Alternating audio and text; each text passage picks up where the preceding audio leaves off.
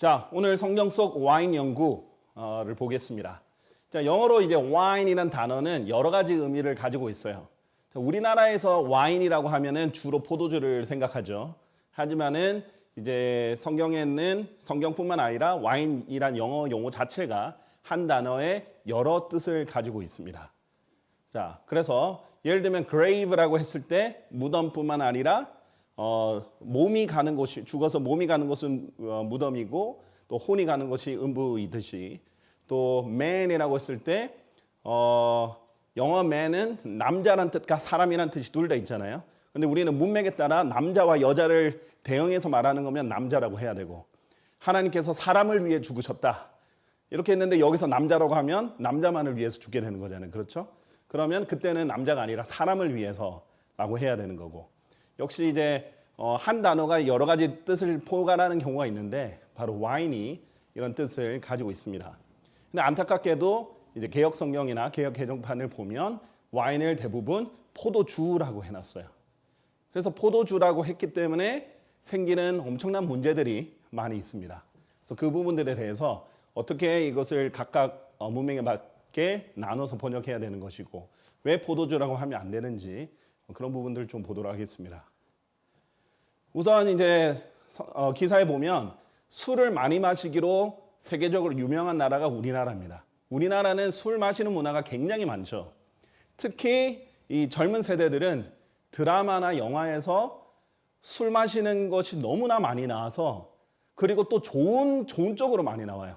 막 힘들고 어려울 때 술을 주기도 하고 친구들이 막 우정을 막 이렇게 다질 때 서로 술 마시면서 우정을 다지기도 하고 등등 이 술이 뭐 거의 모든 면에서 다 등장하기 때문에 사실 이 매체에서도 수많은 사람들에게 영향을 끼치는 것이 술입니다. 1년에 술 8.7리터를 마신다 한국인이 굉장히 많이 마시는 거죠. 평균이니까 뭐 많이 마시는 사람은 뭐 몇십 리터도 마시고 그렇게 하겠죠. 그래서 외국에서는 예를 들면 뭐 식사 후에 한 이 와인잔 있죠? 그 잔 하나로 마시고 끝낼 정도를 한국은 거의 병째로 마시는 그런 문화가 많다는 거죠. 그래서 술을 많이 마시기로 유명한 게 우리나라 문화인데 이런 문화에서 보니까 어디에 가든지 술이 있어야 될 것 같은 그런 느낌을 받는 거예요. 잔치를 했다 그러면 술과 잔치를 했던 것 같아요. 왜 한국 사람 인식에서는. 그런데 이제 성경의 관점은 다르다는 거. 그렇기 때문에 오해하기 참 좋은 그런 문화라는 것을 이제 말씀드리고요. 우리 이제 요한복음 4장 46절에 보면 또 치명적인 것이 예수님께서 마치 술을 만드셔서 사람들에게 준 것처럼 또 예수님이 술을 마시는 것처럼 성경에 이렇게 나와 있을 때가 있어요. 그것을 통해서 예수님이 술을 만드셨는데 또는 예수님이 술을 마셨는데 하면서 술을 마시는 것을 합리화할 때가 있습니다. 자, 이제 개역 성경에 같은 경우 보면은 이 갈릴리 가나죠. 가나에서 물로 포도주를 만드셨다. 이렇게 포도주를 만드셨다라고 되어 있기 때문에 술을 만드셨다라고 생각하는데 우리나라에서는 이게 치명적이죠. 영어에서 와인은 포도주든 술이든 아니면 포도즙이든 액으로 된 거든 다 포함할 수 있는 용어지만 한국말로 포도주 하면 술주자가 들어가잖아요. 그래서 포도를 원료로 하여 담근 술밖에 되지 않아요. 그러니까 포도주를 만드셨다면 무조건 술을 만드신 거예요. 예외가 없는 거죠. 왜냐하면 포도주가 술이니까. 이렇게 문제가 생겨버리는 거예요. 자, 영어로 이제 와인을 보면요. 이제 웹스터 사전을 기준으로 봤을 때 1번적으로 the fermented juice of grapes. 그래서 포도즙에 이제 발효된 포도즙 이렇게 나오고요. 1번의 용례고요. 두 번째 용례가 발효되지 않은 그냥 어떤 과일들의 즙을 말합니다. 그러니까 사실은 와인하면 발효가 됐든 발효가 안 됐든 포도즙을 말하는 거예요. 그렇죠? 그래서 발효된 포도즙은 포도주라고 표현하고 발효가 안 된 포도즙은 그냥 일반 포도즙인 거죠. 그리고 이제 3번에는 술 그 자체를 말하기도 합니다. 웹스터 사전에는 intoxication, 술 취함 자체를 나타나기도 하고 아니면은 이제 옥스퍼드 딕셔너리 같은 경우에 보면은 더 보편적인 용어로 와인이 어떻게 보면 술에 대한 대표 명사인 거예요. 왜냐하면 우리나라는 뭐 소주가 술의 뭐 대표격이라면 이제 외국에는 특히 중동 이스라엘에서는 그리고 유럽에서는 포도주가 술의 대표격이거든요. 그래서 usually with qualifying word, a fermented liquor made from the juice of other fruits or from grain, flowers, sap of various trees 등등 다양한 원료로 만든 발효된 음료, 발효된 술을 다 포함해서 와인이라고 표현하기도 합니다. 그래서 와인이 이제 술의 대표격으로 등장하기도 하죠. 특히 이제 잠언이나 어떤 교훈을 얘기할 때 특정 포도주를 말하기보다는 그냥 전체 술을 일반화해서 말을 하기도 합니다. 이게 이제 가장 대표적인 이 구절이 술 취하지 말라. Be not drunk with wine. 그렇죠? 이렇게 되는데 포도주로 취하지 마라. 이렇게 해버리면 사람들이 어떻게 생각하겠어요? 아, 포도주로는 안 취하고 우리는 소주나 맥주로 취해도 되겠구나. 그렇게 생각할 수 있잖아요. 특정 이 하나의 술의 하나의 종류로만 국한을 시켜버리면. 그런데 거기에서의 이제 교훈은 술을 취하지 말라는 거지. 술 자체를 취하지, 알코올에 취하지 말라는 거지. 어떤 하나의 특별한 이제 술의 종류를 말하는 게 아닌 거죠. 자, 그래서 요한복음 4장 46절 이제 이렇게 나눠져 있는데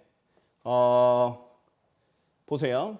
이제 개역 성경은 물로 포도주를 만들었다라고 하지만 이제 표준 킹제임 성경은 이제 포도즙으로 돼 있고요. 자, 보세요. 이사야서 24장 16절. 새 포도즙이 슬퍼하고 포도나무가 세잔하며 이렇게 돼 있죠. 이렇게 새 포도즙, 특히 뉴 와인에 나왔을 때는 새 포도즙이란 단어가 이제 맞습니다. 자, 그리고 일반적으로 술 취하지 말라 이렇게 했을 때는 이제 세 번째 정의, 술의 정의가 맞는 거죠. 자, 그래서 우리는 항상 문맥과 상호 참조 체계 이런 것들을 항상 보면서 어떤 단어로 특정해야 되는지. 자, 번역할 때는 번역자는 힘들어요. 왜냐하면 같은 영어 단어인데 문맥에 따라 다르게 번역해야 되니까. 그런데 사실 독자는 혜택을 봅니다. 왜냐하면 영어권에서는 와인이 다 포함하는 말인데다가 현대에 들어서는 와인 하면은 술 쪽으로 훨씬 더 의미가 강하기 때문에 오해를 많이 남겨요, 사람들에게. 와인으로만 하면 성경을 잘 모르는 사람에게는. 그런데 한국 사람들에게는 포도즙 이렇게 하면 오해를 안 남긴단 말이죠. 그러니까 정확하게 이제 혜택을 받는 거죠. 그래서 어떤 문맥에서 왜 그렇게 하는지 우리 한번 보도록 하겠습니다. 우리나라는 이제 술 소비량이 OECD 국가에서도 으뜸으로 이렇게 많이 알려져 있습니다. 한국은 압도적으로 술 소비량이 많죠. 다른 OECD 국가, 프랑스, 독일, 영국, 미국, 일본, 멕시코 등을 비교했을 때 제가 이제 아는 그리스도인 경찰관 통해서 들으면 밤에 근무를 하면 거의 대부분의 전화는 술과 관련된 전화라는 거예요. 신고는. 누가 술 취해서 행패를 부렸던 싸움이 일어났던 아니면은 누가 술 취해가지고 바닥에 누워 있던 술과 관련된 게 거의 압도적으로 대부분이 다 밤에 이런 이제 얘기를 들었거든요. 근데 이제 이런 한국식 문화로 보면 다 술 같아요. 그런데 그게 아니라 성경적 관점을 좀 가져야 된다라는 것을 이제 말씀을 드립니다. 창세기 40장 11절, 13절 보면요. 일단 왜 와인이 포도즙이냐 이 부분 볼게요. 제가 이제 일부러 다 영어를 넣지 않더라도 요게 이제 포도즙 이런 표현이 나오면 이제 와인이라는 영어가 들어가 있는 거예요. 문맥을 보면요. 또한 파라오의 잔이 내 손에 있었더라. 지금 파라오의 잔을 관리하는 사람이 있었는데 이 사람이 포도들을 따서 파라오의 잔을 관리하는데 포도를 따서 그것을 파라오의 잔 안에다 짰다라고 표현해요. 그게 포도즙이에요. 그러니까 가장 신선한 포도 주스가 되겠죠. 뭐 어떤 게 첨가되어 있는 것도 아니고 가장 신선하게 바로 짜는. 그렇죠. 그리고 내가 그 잔을 파라오의 손에 들였노라. 그러니까 이 개역 성경 같은 경우에는 술 맡은 관원 이런 식으로 표현되어 있어요. 술이 아닌 거예요. 포도즙을 관리를 하는 거예요. 바로 즉각 포도 주스를 짜서 줄 수 있는 거. 자, 생각해 보세요. 이제 보통 일반적으로 업무를 보거나 이 근무 시간 때 보세요. 근무 시간 때 보통 일반적인 왕은 근무 시간 때 포도주를 맨날 술을 안 먹습니다. 그렇죠? 그런데 주스를 먹거나 목이 마르거나 이러면은 즉각 먹을 수 있단 말이죠. 밤에 또 잘못 잔치를 할 때나 뭐 그럴 수는 있겠지만은 일반적으로 관리하는 포도즙을 짜는 사람이에요. 그런데 이게 한국식 문화에서는 그냥 술 관리하는 사람처럼 느껴지는 거죠. 그래서 당신이 그의 음료 관리자였을 때 전체적으로 음료를 관리하는 게 버틀러 이런 단어거든요. 근데 그게 아니라 술 관리원, 술 관리자 이런 식으로 되면은 고정관념이 생기죠. 우리 아이들도 보는 창세기인데 그렇죠? 이 술 관리자가 보세요. 빵을 관리하는 사람은 처형됐어요. 근데 술 관리하는 사람은 하나님께서 살려주셔가지고 다시 복직했어요. 그렇게 되는 거예요. 아이들이 성경을 창세기를 요셉 이야기를 얼마나 좋아하는데 술이 아니라 음료를 관리하는 겁니다. 자, 창세기 40장 11절. 내가 그 포도들을 따서 바로의 잔에 짰다. 이게 와인의 기본적인 포도즙입니다. 그래서 포도즙은 국어사전에도 포도를 짜서 만든 즙이에요. 있는 그대로예요. 자, 포도를 손에서 짜서 잔에 담았는데 술이 될 수는 없겠죠. 그건 이제 마술사가 되는 거죠. 근데 마술사가 아니라 일반적으로는 포도즙일 수밖에 없습니다. 이게 와인의 기본 뜻이에요. 자, 그래서 발효된 포도즙이냐 그냥 일반 포도즙이냐 이 차이가 있는 거지. 와인은 기본적으로 포도즙이다. 이런 뜻입니다. 자, 그래서 술에 대한 성경의 일관적 진술을 첫 번째로 보는데 성경은 결코 술을 권하지 않습니다. 오히려 술에 대한 굉장히 부정적인 얘기로 어마어마하게 많고 술을 금지하는 내용이 훨씬 더 많습니다. 보세요. 창세기 9장 21절. 처음에 포도주가 성경에 등장하는 장면이에요. 부정적으로 나오죠. 그러다가 그는 포도주를 마시고 취하였다. 누구예요? 노아입니다. 그 엄청난 노아가 성경에서 나오는 처음 죄를 지은 장면인데 바로 술 마시고 죄를 지은 거예요. 그런데 바로 뭐가 관련이 있어요? 벌거벗음과 관련이 있고 나중에는 성관계가 이루어져요. 자기 아들과 함께. 그러니까 이 엄청난 죄가 일어나거든요. 그 강간을 한 아들이 함입니다. 그래서 함족이 대대로 저주를 받았어요. 그게 바로 흑인입니다. 에이즈, 동성연애 에이즈 출처가 대부분 어디죠? 이 함족, 아프리카로부터 나오거든요. 하나님께서 일부러 저주를 받게 한 이 일 때문에 함으로 인해서 저주를 받게 된 종족이 돼버립니다. 그래서 이 포도주는 뭐와 관련이 크냐면 음행, 벌거벗음 이것과 관련이 커요.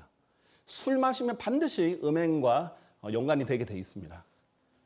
자, 창세기 19장 33절 보면 또 지금 근친상간 아까 관련이 있었죠. 강간과 관련이 있었죠. 여기서 보세요. 지금 룻의 룻 말고 룻은 여자니까 롯의 두 딸들이 있었어요. 소돔과 고모라에서 피했잖아요. 소돔에서 피했어요. 살아남았는데 산 속으로 도망갔습니다.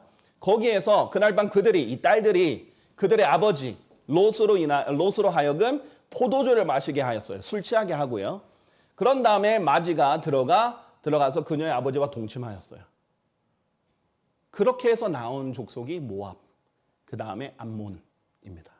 이스라엘의 대대적으로 적이 되고 하나님의 대적이 되는 곳이죠. 어디에서 배웠어요? 소돔에서 배운 거예요. 그러니까 자식들을 소돔에서 키운 거예요. 그럼 자식들이 보고 배운 게 그런 거죠. 술 취하게 하고 아버지로 자식이 생기게 하려고 근친상간을 한 거예요. 그리고 어떻게 보면 강간인 거죠. 의지와 상관없이 그렇게 한 거니까. 자, 레위기 10장 9절에 보시면요. 그래서 레위인들, 특히 레위인들에게 강조됐던 구절이 있습니다. 레위인을 말하냐면 이제 제사장들 포함이죠. 너희가 회중의 성막 안으로 들어갈 때 너도 너와 함께한 너의 아들들도 포도주나 독주를 마시지 말지니. 영어로 독주는 strong drink예요. strong drink. strong drink는 이제 영양사전에 봐도 너무나 당연하게 독주예요. 그냥 강한 음료 정도가 아니에요. 강한 음료 하면은 우리 무슨 탄산음료, 콜라 같은 그런 게 아니라 독주예요. 말 그대로 술입니다. 독한 술이에요. strong drink랑 이 포도주가 세트로 많이 등장하는데 술을 통칭하는 것들이죠. 그래서 이거를 마시지 말라 이렇게 말을 한 겁니다. 왜? 너희로 하여금 죽지 않게 하려 함이라. 하나님께서 자신을 이렇게 섬기는 자들이 이 성막 거룩한 곳 안으로 들어오는데 술을 취해가지고 술 마시고 그냥 취한 것도 아니죠. 마시지 않는 거예요. 술 마시고 들어오면은 죽여버린다 이거예요. 하나님께서 엄청 강하게 말씀하신 겁니다. 자, 그래서 사무엘기상에 보면요, 엘리가 한나가 이제 이렇게 속으로 기도하는데 입으로 이렇게 왔다 갔다 하니까 술 취한 줄 알고 그대 포도주를 그대에게서 치워버리라 이렇게 하면서 책망을 하죠. 긍정적인 문맥이 절대 아닌 거예요. 자, 그리고 사도행전 2장 13절에 보면 사람들이 이 성령 충만해서 방언을 하던 사도들, 사도행전 2장이잖아요. 그 사도들이 갑자기 대낮에 막 다른 언어들로 얘기를 하니까 다른 이들이 이 사람들 조롱하면서 뭐라고 하냐면 이 사람들이 새 포도즙으로 취하였도다. 근데 이 대낮이었거든요. 대낮에 새 포도즙으로 취하였다라고 조롱합니다. 자, 절대 새 포도주가 아니에요. 조롱이라는 것을 기억하세요. 포도주 먹고 취한 거는 조롱거리가 아니에요. 포도주 먹고 취한 건 당연한 일이에요. 그런데 새 포도즙이잖아요. 제가 말씀드렸죠. 포도즙을 갓 짜내면 술이 될 수가 없어요. 그것을 성경에서 새 포도즙이라고 하는 거예요. 그런데 취할 수 없는 새 포도즙으로 취한 거예요. 그렇다라고 조롱하는 거예요. 예를 들면 야, 너 콜라 먹고 취했네? 이런 식으로 조롱하는 것 같은 거예요. 원래 취할 수 없는 것들로 취하는 거예요. 그런 얘기를 하면서 조롱한 겁니다. 자, 새 포도즙, new wine은 항상 fresh, 이 바로 갓 짠 포도즙을 말하는 겁니다. 자, 그런데 이 새 포도즙에 대한 성경 구절이 많이 있거든요. 근데 이제 개역 성경에서 대부분 새 포도즙을 새 포도주라고 했어요. 그러면 어떻게 되느냐? 이제 갓 나온 술인 거예요. 새 술이 되는 거죠. 새 포도즙이 아니라. 그럼 어떻게든 그거는 술이 될 수밖에 없어요. 근데 절대 그게 아니라 갓 짜낸 즙을, 새 즙을 새 포도즙이라고 합니다. 자, 그리고 두 번째로 예수님은 결코 술을 마시지 않으셨다. 우리에게 있어서 아주 중요한 포인트입니다. 우리가 그리스도인이라고 불리기 때문에 그리스도께서 어떻게 하셨는지도 중요하죠. 자, 잠언 31장 4절 6절에 보면 이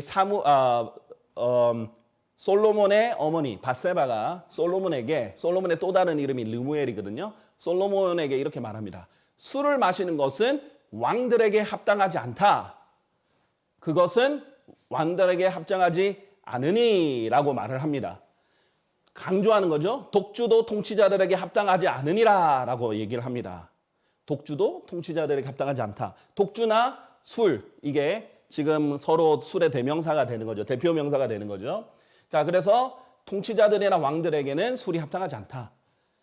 왜? 이는 그들이 술을 마시고 법을 잊어버려서 고난받는 자들 중 누군가의 재판을 왜곡할까 함이라. 술 마시면 판단력이 흐려지고 하나님의 법, 이 거룩한 것을 생각하지 않게 되는 특성이 있기 때문이에요. 그래서 비꼬으면서 뭐라고 말하느냐? 독주는 죽기 직전인 자에게나 주고 술은 무거운 마음들을 지닌 자들에게나 주라. 그런 자들에게나 주고 너는 마시지 말라. 이 말은 이런 사람들에게 꼭 줘라는 명령이 아닙니다. 이 사람들에게 꼭 줘라가 아니라 그런 사람들에게나 주고 너는 먹지 마라. 이게 이제 핵심이에요. 근데 이걸 보고도 그러면 죽기 직전인 자에게는 줘도 되는구나. 마음이 무거운 자는 마셔도 되는구나가 아니에요. 이 뉘앙스와 문맥을 봐야 돼요. 엄마가 아들에게, 특히 왕인 아들에게, 통치자인 아들에게 절대 마시지 마. 그건 다른 사람들에게나 줘. 이 말이지 그것을 주는 걸 추천하거나 권하는 장면이 아닌 거죠. 자, 특히 하박국 2장 15절은 성경에서 아주 중요한 장인데요. 자기 이웃에게 음주를 권하는 자에게 화가 있기를 바라노라. 보세요. 자기가 안 마셔도요. 누구한테 마시라고 줘요. 그러면 화가 있기를 바라노라라고 하나님이 말하는 거예요. 성경에서는 분명히 뭐예요? 술을 다른 사람들에게 주거나 심지어는 권하는 것만 해도 죄예요. 생각해 보세요. 예수님이 물을 포도주로 만드셨다면 어마어마한 죄를 지신 겁니다. 수천 명, 수백 명, 수천 명에게 술을 주신 거예요. 또한 너로 하여금 그들의 벌거벗음을 보게 하려고 너의 술병을 그 이웃에게 두어 그 또한 취하게 하는 자에게 화가 있기를 바라라. 여기서도 명확하죠. 서로 이제 뭐예요? 이게 상호 참조 체계로서 성경 내장 사전으로서 서로를 설명해 줘요. 너의 술병을 그 이웃에게 두어 그 또한 취하게 하는 자에게 화가 있기를 바라노라. 다른 이웃을 술병을 주고 취하게 하면 하나님께서 저주가 있다라고 분명히 말씀하신 거예요. 자, 예수님께서 이 구절이 있는데 하나님의 말씀이 이렇게 있는데 다른 사람에게 술을 주시겠습니까? 안 주시겠습니까? 예수님은 일부러 침례도 받으신 분이에요. 예수님이 일부러 율법 하에 오셨다라고 돼 있어요. 율법 아래에 오셔서 율법을 다 이루시고 그 율법의 완전한 의를 우리에게 넘겨주신 분이에요. 그런데 율법을 어기시겠어요? 성경을 어기시겠냐고요? 그렇지 않다는 거죠. 하나님께서 절대, 예수님께서 절대 누구에게 술을 주지 않으신다는 거예요. 만찬 때도 마찬가지입니다. 주의 만찬, 마지막 만찬 때도 제자들에게 술을 딱 따라주시면서 자, 마셔라. 마시고 나를 기억해라. 이렇게 하셨으면 이제 성경에 어긋나는 겁니다. 제가 이것도 알려드릴게요. 이게 분명히 성경에서 술이 아니라 새 포도즙이다. 이렇게 말한 장면들 보도록 하겠습니다. 마가복음 15장 23절에 보면요. 그런 다음에 그들이 그분께, 지금 예수님 십자가에 달리신 장면이에요. 그들이 그분께 모략이 섞인 포도주를 마시도록 주었으나, 예수님 십자가 달렸을 때 왜 그래요? 고통을 조금이라도 들라고 사람들이 좋은 여러 번이 있었는데요. 여기서는 지금 조롱의 의미로 준 게 아니라 마취제의 의미로 준 거예요. 모략이 이제 마취의 의미가 있거든요. 포도주도 술도 알코올도 마취의 의미가 있으니까 그분께서 그것을 받지 않으셨더라. 어떻게 해요? 예수님 십자가에 달려서 고통스러운 가운데서도 모략이 섞인 포도주를 마시도록 주었는데 예수님이 받았습니까? 안 받았습니까? 받지 않으셨어요. 거절하셨습니다. 예수님은 성경에서 단 한 번도 포도즙 또는 포도주 또한 마셨다라는 기록이 없어요. 여러분 아셔야 돼요. 그냥 포도주, 술 너무나 당연하고요. 심지어 포도주 또한 직접적으로 마셨다라는 기록 자체는 없습니다. 이제 주의 만찬 때, 최후의 만찬 때 아마 포도즙은 마셨을 거라고 추정해 볼 수 있는 구절은 있는데 그정 추정이고요. 직접적인 구절은 없어요. 심지어 포도즙조차도. 그런 분이 돌아가실 때 포도주조차 다 이 마취약 역할을 하는 이거조차 받지 않으신 분인데 어떻게 남에게 포도주를 권하고 자기가 마실 수 있겠습니까? 요한복음 2장 6절 7절이 아시죠? 이 카나의 혼인잔치. 여기서 이제 첫 기적을 이루셨잖아요. 예수님께서 물을 포도즙으로 바꿨는데 거기에는 유대인들 정결 예식의 방식에 따라 돌로 된 물 항아리 6개가 배치되어 있었는데 자, 물 항아리가 돌로 된 커다란 돌 항아리들이 있습니다. 자, 그래서 저도 이 카나에 가서 어떤 돌 항아리들인지 봤는데 진짜 커다란 돌 항아리들이더라고요. 그런데 거기 6개가 있어요. 근데 이 6개가 각기 하나당 2-3 펄킨을 담을 수 있었다라고 돼 있어요. 펄킨은 지금 측정이 가능한 아주 정확한 용례예요. 자, 통이 아닙니다. 이건 단위예요. 단위는 통으로 번역하면 안 되죠. 단위는 단위로 해야 돼요. 예를 들면은 이 사람은 키가 170cm더라 해야 되는데 이 사람이 키가 컸더라. 이렇게 하면은 성경이 의역이 돼버리잖아요. 그렇죠? 근데 이제 개역 성경이나 몇몇 성경은 통으로 돼 있어요. 그러면 안 돼요. 이건 단위예요. 자, 그럼 펄킨이란 단위는 약 41리터거든요. 어마어마 크죠? 한 통에 2-3 펄킨이니까 한 통에 약 100리터 이상은 된 거예요. 82리터에서 123리터 정도가 된 거예요. 그러니까 100리터라고 가정을 해봅시다. 와인 한 병이 1리터가 안 돼요. 보통 750ml입니다. 그런데 1펄킨은 와인 45병을 넘는 양입니다. 그리고 12에서 18kin, 왜냐면 6통이니까 2-3 펄킨이니까요. 12에서 18펄킨은 와인이 약 544병에서 이제 816병에 해당하는 양입니다. 가나는 가장 아주 작은 마을이라고 했어요. 그리고 그 마을에 이제 혼인 잔치가 벌려져서 사람들이 왔어요. 얼마나 왔을지 모르겠지만은 이 보통 와인 한 병은 소주 1.5병의 주량으로 이제 계산을 한다고 그래요. 그래서 이 포도즙이 아니라 만약에 정말 다 술이라면 포도주라면 소주 약 한 816병에서 1224병에 해당하는 술입니다. 그래서 의학적으로 소주 20잔 이상을 작은 잔이죠. 20잔 이상을 마시면 호흡과 뇌에 문제가 생겨 호수 상태에 빠지거나 사망할 수 있다고 합니다. 그러니까 주량이 아주 큰 사람도 소주 3병 먹으면 엄청 많이 마시는 거잖아요. 자, 그런데 소주 병이 얼마나요? 포도주 병보다 훨씬 작잖아요. 그렇죠? 자, 근데 포도주는 일반적으로 소주보다 더 강합니다. 자, 이랬을 때 얼마만큼의 사람들을 취하게 할 수 있냐면요. 하나의 대대를 취하게 할 수 있는 군대 하나의 대대 있잖아요. 소대, 중대, 대대. 대대를 다 취하게 만들 수 있을 만큼 어마어마한 양이에요. 예수님께서 이만큼의 양의 수를 만드신 게 아니라는 거예요. 그만큼 그 사람들의 대대만큼의 사람들도 없었고 마을에, 그렇죠? 한 혼인잔치에 몇천 명을 이렇게 수용할 수 없고, 있다 해도 수천 명이 있다 해도 그 사람을 다 취하게 골아떨어지게 할 만큼의 양을 만드신 거예요. 어마어마한 거죠. 일반적으로 상식적으로 불가능합니다. 포도즙이어야 이걸 잘 많이 마시죠. 우리 포도주스는 우리 각 사람이 1리터도 마십니다. 그렇죠? 그런데 포도주는 그렇게 마시기 힘들죠.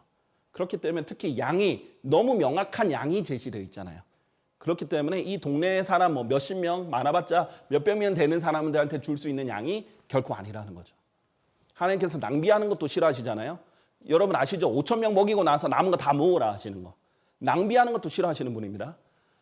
자, 몇백 명 다 취하게 할 수 있는, 몇천 명을 취하게 할 수 있는 양인데 몇백 명밖에 없는데 그 많은 양을 남겨서 버리시는 분도 아니세요. 자, 그렇기 때문에 더더욱 말이 안 되는 부분이고요. 또 술에 대한 성경의 일관적 진술 세 번째 보면요. 이것이 아주 중요해요. 성경에서 너무나 명확하게 이 발효된 포도주가 사탄의 종교와 관련이 있다고 말하기 때문이에요. 절대로 주의 만찬 때, 이제 개신교에서는 성만찬 이렇게 하죠. 자꾸 성이라는 이름을 붙이는 것은 가톨릭의 영향이에요. 성사들, 성인들 이렇게 하는 거. 그런데 어쨌든 간에 이 주의 만찬에는 절대 발효된 포도주를 사용하면 안 됩니다. 이거는 직접적으로 사탄의 종교, 마귀와 관련이 있다라고 성경에서 말한 겁니다. 자, 신명기 32장 31절에 이렇게 말합니다. 이는 그들의 반석이 우리의 반석과 같지 아니하기 때문이니. 자, 지금 신명기 32장 문맥에서는 다른 종교와 모방한 가장 비슷한 사탄의 종교를 지금 비교하시는 거예요. 그러니까 이제 아예 다르면 뭐 불교나 기독교처럼 많이 다르면 비교조차가 다르잖아요. 그런데 똑같이 하나님이란 이름 쓰고 삼위일체 얘기하고 예수님 얘기하고 십자가 얘기하는 완전히 비슷한 모방 종교인데 사탄의 종교예요. 하나님의 종교와 사탄의 종교를 비유하는데 반석이 둘 다 각기 달리 있어요. 그들의 반석과 우리의 반석은 다르다라고 해요. 자, 그런데 기독교 중에 공식적으로 반석을 예수 그리스도가 아닌 다른 것으로 말하는 종교가 있어요. 로마 가톨릭입니다. 로마 가톨릭은 반석이 베드로라라고 얘기하면서 자기는 베드로의 후손이다 이렇게 얘기하거든요. 근데 우리는 예수님이다 이러죠. 그들의 반석이 우리의 반석과 같지 않다. 또 심지어 우리의 원수들조차, 그러니까 우리의 대적들인 이 사람들조차 스스로 이 일들에 관해 판관들이 판단하는도다. 로마 가톨릭이 스스로 자기들의 반석은 예수님이 아니라 베드로라잖아요. 그렇죠? 그렇게 스스로 말합니다. 자, 여기서 보면요. 암소들의 버터와 양들의 젖을 어린 양의 지방과 함께 또 바산의 품종과 손양들과 염소들을 밀종자들에게서 나온 기름과 먹게 하셨도다. 그리고 너는, 자 보세요. 여기서 하나님께서 이스라엘 자신의 자녀들을 어떻게 먹이시느냐, 이렇게 좋은 것들로 먹이셨다 얘기하면서, 그리고 너는 포도의 순수한 피를 마셨도다 라고 했어요. 지금 포도즙을 피로 비유하셨어요. 성경에서 이제 포도즙과 피는 자주 비유되는데 어떤 포도의 순수한 피를 마셨다는 거예요. 그러니까 포도즙을 이렇게 표현을 하시는 거예요. 자, 포도에서 갓 나온 순수한 이 즙을 피라고 이렇게 표현을 하신 거죠. 그래서 그냥도 아니고 포도라는 말을 일부러 쓰신 겁니다. 자, 포도에서 나온 순수한, 있는 그대로 섞이거나 발효되거나 그런 게 아니라 있는 그대로의 피를 마셨다. 포도즙을 마셨다는 것을 이렇게 표현을 하신 거죠. 자, 그런데 그들의, 우리 이 이스라엘 말고 그들의 포도나무가 소돔의 포도나무에서, 자, 소돔이 그 음란한 죄를 많이 지었죠. 무엇을 마셨을까요? 당연히 술을 마셨겠죠. 소돔의 포도나무에서 나오고 고모라의 밭들에서 나오기 때문이라 그들의 포도들은 지독히 쓴 포도들이니, 일반 포도가 아닙니다. 그렇죠? 발효됐고 오래된 그런 포도들을 말해요. 술은 원래 기본적으로 쓰죠. 그들의 송이들이 쓰도다. 그들의 포도주는 용들의 독이요 독뱀들의 잔인한 독액이라 라고 했어요. 자, 하나님께서 성경에서 자주 나오는 표현인데요. 여기 말고는 자주 나옵니다. 술을 독이라고 많이 표현해요. 술을 뱀과 연관을 많이 시켜요. 잠언 23장에 나오죠. 지금 여기서도 명확하게 나오는 거예요. 용들의 독과 독뱀들의 잔인한 독에 비유하는 거예요. 자, 보세요. 포도주는 아주 강한 독입니다. 자, 여러분 살균 할 때, 뭐 할 때 해요? 알코올 70% 있는 걸로 손을 씻으면 살균이 되잖아요. 그렇죠? 그런데 그걸 마신다고 생각해 보세요. 완전히 다 녹아내립니다. 저희 고모부께서 술을 엄청 좋아하셔서 매일 그냥 집에서 혼자 술을 매일 드실 정도였는데 뭐 안주도 없이 심지어 그렇게 매일 드시다가 나중에 돌아가실 때 젊은 나이에 돌아가셨어요. 돌아가실 때 배가 너무 아파서 병원에 갔는데 의사가 배를 이렇게 개복을 했는데 열어봤더니 장기를 건드릴 수가 없는 거예요. 왜냐하면 건드렸더니 바스라진 거예요. 내장이나 이런 거를 건드렸더니 바스라진 거예요. 술을 너무 많이 마셔가지고 그래가지고 건드리지도 못하고 다시 봉합을 했는데 며칠 뒤에 돌아가셨습니다. 이 술은 완전 살을 녹이는 겁니다. 그 알코올 엄청 독한 거예요. 독이에요, 독. 그 독이 있으니까 살균할 때 쓰는 거죠. 안에 있는 거 다 죽이는 거예요. 자, 그렇게 그들의 이 포도의 순수한 피와 이 용들의 독을 비교하는 겁니다. 포도주를. 자, 신명기 32편 14절, 33절 이 부분 비교를 한 것처럼요. 자, 고린도전서 10장도 이렇게 비유한 거를 한번 보세요. 그렇다면 내가 무엇을 말하느냐? 그 우상이 무엇이라도 되느냐? 아니면 잘 보세요. 우상들에게 희생제물로 바쳐진 것이 무엇이라도 되느냐?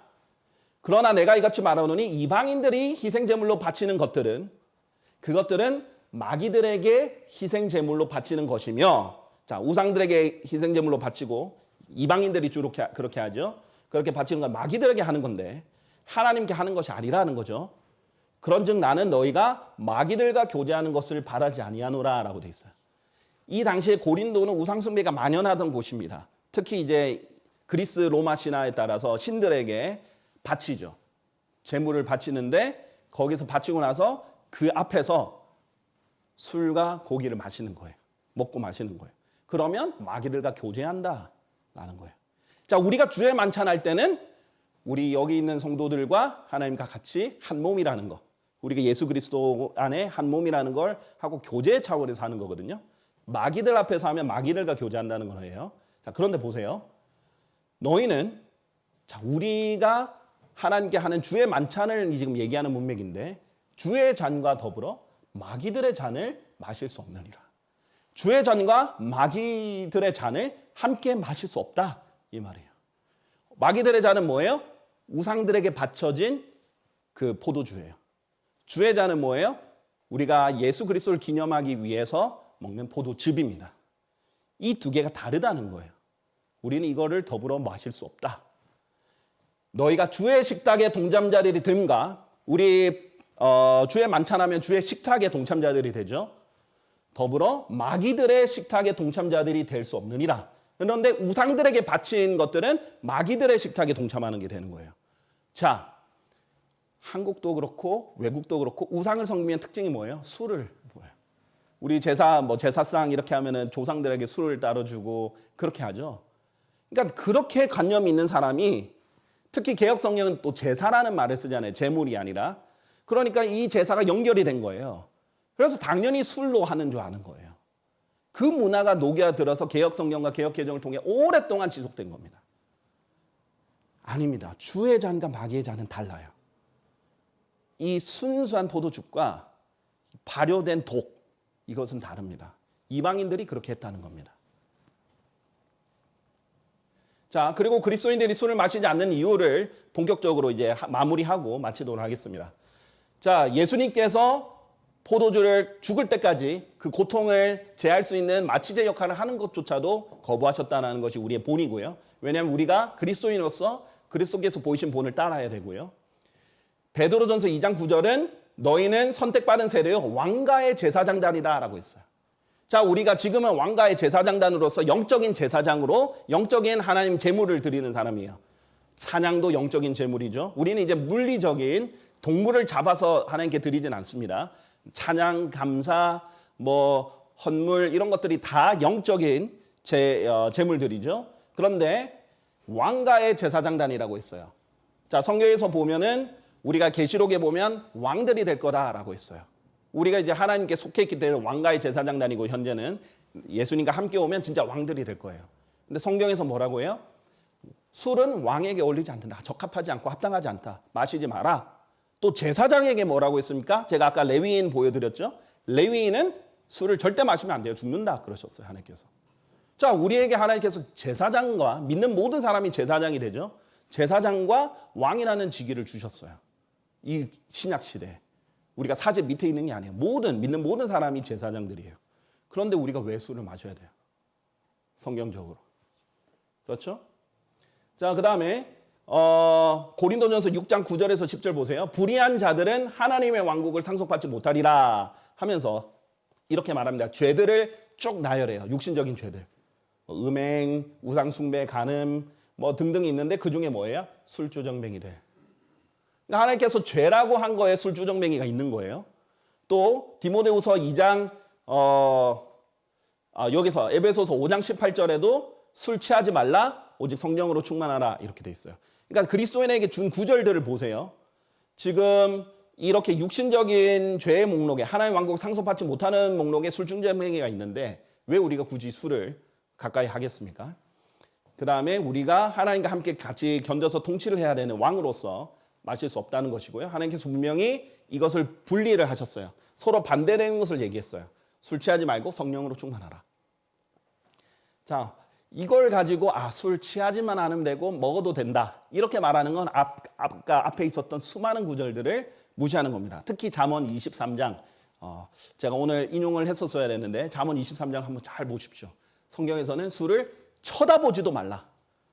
Look not unto the wine. 이렇게 돼 있어요. 자, 그렇기 때문에 마시는 거는커녕 쳐다도 보지 말라는 것이 성경의 이제 정확한 용례입니다. 잠언 23장에 있어요. 후반부에 있는데요.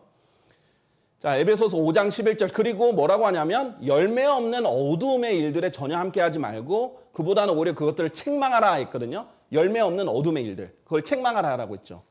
그런데 이 열매 없는 어둠의 일들의 목록 중에 술 취함이 있습니다. 또 잠언 23장 20절에서 21절 잘 보세요. 20절에서 술에 빠진 자들 사이에 있지 말라. 방탕하게 고기를 먹는 자들 사이에 있지 말라. 이는 술주정뱅이와 탐식하는 자는 빈궁에 이를 것이기 때문이라. 이렇게도 지금 얘기가 나와 있습니다. 자, 그 다음에 로마서 13장에 보시면요. 이 어둠의 행위들을 뭐라고 해요? 어둠의 행위들 중에 하나의 목록이 술 취함이 있습니다. 그러니까 굳이 하나님께서 하지 마라. 경고하고 어둠의 행위들이다. 하나님의 왕국을 상속받을 수 없는 거다라는 거에 술 취함이 있는데 굳이 술을 가까이 가는 것은 마치 이브가 하나님께서 금지하신 선과 악의 지식의 나무에 가까이 가서 쳐다보고 있는 것과 같아요. 그랬더니 누가 나타나요? 뱀이 나타나서 유혹을 하는 거죠. 술 마시는 사람들에게 유명한 게 있죠. 처음에는 사람이 술을 마시고 그러면 그러면은 또 술을 마시는데 나중에는 술이 사람을 마신다. 이런 식으로 얘기도 나오잖아요. 결코 처음에 조금만 이런 게 없어요. 모든 죄는 그렇게 시작합니다. 조금만 하고 괜찮겠지. 절대 그렇지 않아요. 이것이 늘어납니다. 반드시. 중독성이 있고 그렇기 때문에 또 중요한 것은 하나님께서 제가 여기에 인용은 안 했지만 하나님께서 우리의 몸, 그리스도의 몸을 성전이라고 하셨어요. 우리의 게 아니라 하나님의 것이라고 했어요. 그러니까 이 몸을 가지고 건강하게 하나님을 위해서 쓰라는 거거든요. 그래서 먹든지 마시든지 다 하나님의 영광을 위해서 하라 했어요. 우리나라 의사들 다 물어보세요. 전 세계 의사들 다 물어보세요. 술이 몸에 좋은지 안 좋은지. 술이 약주다 이렇게 표현하는 사람은 술 마시는 사람 혼자의 생각입니다. 모든 의학계에서는 모든 질병들에서 금해야 되는 것들의 목록 중에 금연과 금주가 포함되어 있어요. 술은 반드시 멀리해야 되는 것 중에 하나예요. 건강에 절대 좋지 않습니다. 이거 하나님 몸으로 건강하게 하나님께 드려야 되는데 그 면에서도 맞지 않아요. 하나님의 영광을 위해서 술을 마실 수 있습니까? 자기 몸에 독을 퍼부어 넣을 수 있어요? 자고 일어나면 속이 엄청 쓰라리고 저는 안 마셔봤어요. 그렇게 한 분들의 표현을 따르면 속이 쓰리고 자기 몸이 망가지는 걸 자기가 제일 잘 알아요. 기억력에도 영향이 가고 모든 것이 이제 마비가 되고 안 좋아지는데 그것을 마시면 사람 영광을 위해서라고 말할 수 있는가? 아니면 죄입니다. 믿음으로 하지 않은 모든 것이 죄예요. 그러니까 죄의 수준을 해도 되는가 안 되는가가 아니에요. 이게 제일 가장 기본적인 기초적인 갓 구원받은 사람이 하는 질문이에요. 이거 하면 죄예요? 아니에요? 아니에요. 성장한 그리스도인의 질문은 내가 이것을 하면 하나님께 영광을 돌릴 수 있는가 아닌가? 다른 사람들에게를 세워줄 수 있는가 아닌가? 이 수준은 해야 돼요. 그런데 여기에서 내가 믿음에 딱 걸려요. 내가 정말 하나님 영광을 위해서 술을 마실 수 있고 내가 술 마시는 걸 다른 사람들 봐도 다 세워줄 수 있다. 그러면 하세요. 양심적으로. 그러면 하셔도 됩니다. 그런데 그게 아니다. 그러면 그건 하지 말아야 되는 거예요. 믿음으로 하지 않는 모든 것은 죄가 되는 겁니다. 자, 솔로몬의 아가 보면요. 그리스도의 사랑이 포도주보다 더 낫습니다. 이제 여기서는 포도주비죠, 당연히. 이는 당신의 사랑이 포도주보다 낫기 때문이다. 저희가 당신의 사랑을 포도주보다 더욱 기억하겠나이다. 이 세상에 있는 어떤 쾌락보다 하나님의 사랑이 더 낫기 때문에 우리는 중독이 되려면 포도주, 술에 중독되는 게 아니라 하나님의 사랑에 중독이 되어야 되겠죠. 자, 그리고 아주 심각한 문제인데 중독 때문에 마셔서는 안 됩니다. 술이 중독성이 있다는 건 누구나 잘 알아요. 심지어 마약을 판별하는 기준 중에 하나가 중독성이잖아요. 사실 술은 일반 마약들보다 훨씬 더 중독성이 강하다고 합니다. 아편보다 중독성이 강한 게 술입니다. 그리고 심지어 환각성도 있어요. 마약을 판별하는 기준, 환각성, 중독성 뭐 몇 개가 있는데 다른 것 때문에 그렇지 환각성도 있고 심지어 중독성은 아편보다도 더 강한 게 술입니다. 그래서 모든 것들이 나에게 합법적이나 모든 것들이 적합한 것은 아니니라. 모든 것들이 나에게 합법적이나 나는 어떤 것의 영향력 아래에도 놓이지 아니하리라. 하나님께서 우리를 자유롭게 해주셨어요. 이 자유를 가지고 하나님 섬겨야 되는데 매여요, 자꾸 이 중독이 돼가지고 자꾸 생각이 나고 여기서 시간을 낭비하고 술을 취하면은 방탕하게 되고 죄를 짓고 그런 곳에 자기가 끊지를 못하고 있게 만들면 그것 자체가 죄라는 거예요. 자, 그래서 우리는 그리스도인은 중독이 되는 것을 하지 않아요. 자, 술 때문에 하루에 한국에서 12.7명씩 이제 죽는다고 하죠. 음주 자체에서 죽기도 하고 교통사고 관련해서 죽기도 한다고 합니다. 그런 일을 이제 하면 안 되겠죠. 그리고 제가 말씀드렸다시피 하나님의 영광을 위해서 모두 하나님의 영광을 위해서 해야 된다. 이것이 이제 성경에서 우리에게 권면하는 것입니다. 제가 이제 마무리를 짓겠습니다. 그래서 성경의 문맥과 함께 연구를 해보면 아주 간단하게 나와요.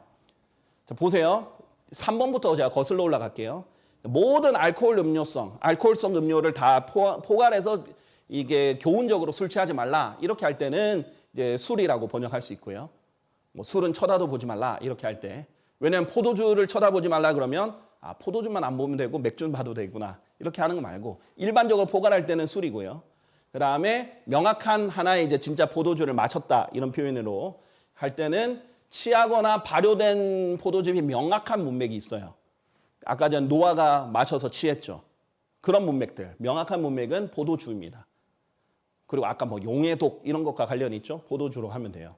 자, 1번은 발효 여부와 관계없을 땐 포도즙이라고 하면 됩니다. 자, 술이 명확하게 아니거나 또 간혹 애매한 경우가 있을 수 있어요. 자, 보통 잔치 이렇게 하면은 포도주일 것 같잖아요. 그렇죠? 근데 그것도 문맥에 따라 달라요. 다니엘서를 보면 벨샤살 왕이 있어요. 그 왕 같은 경우에는 명확하게 잔치를 벌렸을 때 포도주를 마십니다. 취해요. 포도주예요. 자, 그런데 에스더서를 보세요. 에스더가 왕과 하만을 위해서 조촐한 잔치를 해요. 여기서 와인이 나와요. 에스더가 포도주를 왕한테 줬을까요? 에스더가 그래도 훌륭한 믿음의 여인이고 성경을 아는 사람인데 포도주를 줬을까요? 아마도 포도주를 줬겠죠. 자, 그런데 약간 명확하지 않다. 그러면 포도즙으로 나누는 게 제일 안전합니다. 왜 그래요? 이 성경의 와인은 발효된 포도즙이든 발효되지 않은 포도즙이든 기본적으로 포도즙을 말하니까. 그래서 발효된 포도즙이라 할지라도 그리고 또 오래 놔두면 또 자연스럽게 발효되는 포도즙이 될 수도 있어요. 그러다라도 포도즙이라 했을 때 틀리진 않아요. 그렇죠? 그렇기 때문에 번역하기 굉장히 어려운 거예요. 하나하나 고심해서 해야 되니까. 자, 그렇지만 읽는 사람에겐 명확해지는 거예요. 이게 사실 번역의 이제 강점이 될 수가 있는 겁니다. 자, 그래서 이런 부분으로 크게 세 부분으로 나눠서 번역을 했다라는 것을 이제 알려드리고요. 그래서 한국 성경은 진짜 이거부터 빨리 고쳐야 돼요.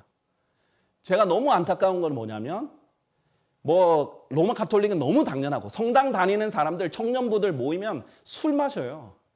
MT 가면 그냥 술 마십니다.